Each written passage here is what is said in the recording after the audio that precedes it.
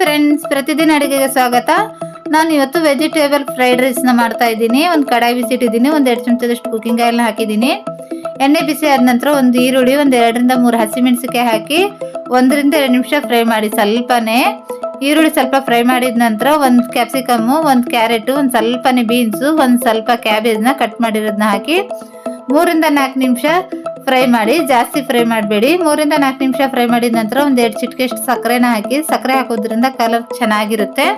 ನಂತರ ರುಚಿಗೆ ತಕ್ಕಷ್ಟು ಉಪ್ಪನ್ನ ಹಾಕಿ 1 ಕಪ್ ರೈಸ್ನ ಬಾಯ್ಲ್ ಮಾಡಿ ತೊಗೊಂಡಿದ್ದೀನಿ. ಬೇಯಿಸಿರೋಂಥ ರೈಸ್ನ ಹಾಕಿ ಸ್ವಲ್ಪ ರೈಸ್ನ ಉದುರಾಗಿ ಬೇಯಿಸ್ಕೊಂಡಿದ್ದೀನಿ.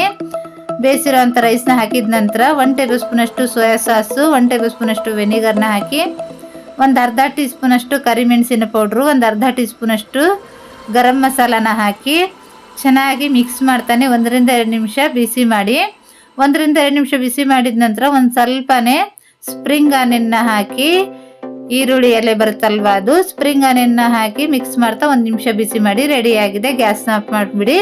ನೋಡೋಕೆ ಎಷ್ಟು ಚೆನ್ನಾಗಿ ಕಾಣಿಸ್ತಾ ಇದೆಯೋ ಅಷ್ಟೇ ರುಚಿಯಾಗಿದೆ. ತುಂಬಾ ಸಿಂಪಲ್ ಆಗಿ ತುಂಬಾ ರುಚಿಯಾಗಿರೋಂಥ ಈ ಫ್ರೈಡ್ ರೈಸ್ನ ಖಂಡಿತ ಟ್ರೈ ಮಾಡಿ. ಈ ರೆಸಿಪಿ ಇಷ್ಟವಾದರೆ ಲೈಕ್ ಮಾಡಿ, ಶೇರ್ ಮಾಡಿ ನಮ್ಮ ಚಾನಲ್ಗೆ.